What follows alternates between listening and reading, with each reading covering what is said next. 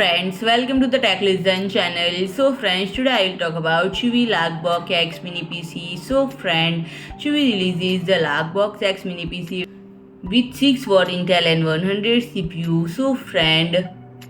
it has 12 GB of LPDDR5 memory and 512 GB of SSD, and both are upgrades compared to the 2022 model, and the previous model had 8 GB of DDR4, 3200 memory and only 256 GB of storage, and there is also an upgrade to Ethernet ports which are now 2.5 GBE, and the CPU is quad-core N100 from Intel, not officially part of core series, and this processor is based on Alder Lake-N family with no hybrid core design, which means all 4 cores are efficient core, and in exchange for using now power cores exclusively, the TDP for this CPU is just 6 watt, and the single core and multi-core performance is actually lower than Ryzen 7 3750H, but given the upgrades to the storage, memory and networking,